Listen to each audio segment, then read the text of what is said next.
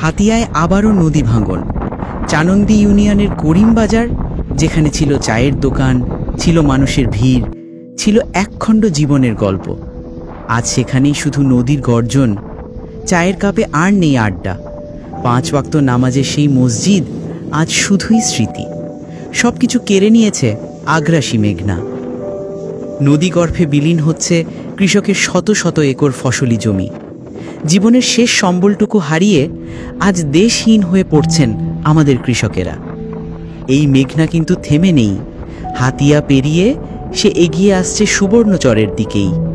এভাবে চলতে থাকলে হয়তো খুব শিগগিরই পূর্ব চরবাটা, চরক্লার্ক, মোহাম্মদপুর সবই হয়ে যাবে করিমবাজারের মতোই অতীত। এখনই সময় সুবর্ণচরের মানুষকে নদী ভাঙনের বিরুদ্ধে রুখে দাঁড়াতে হবে।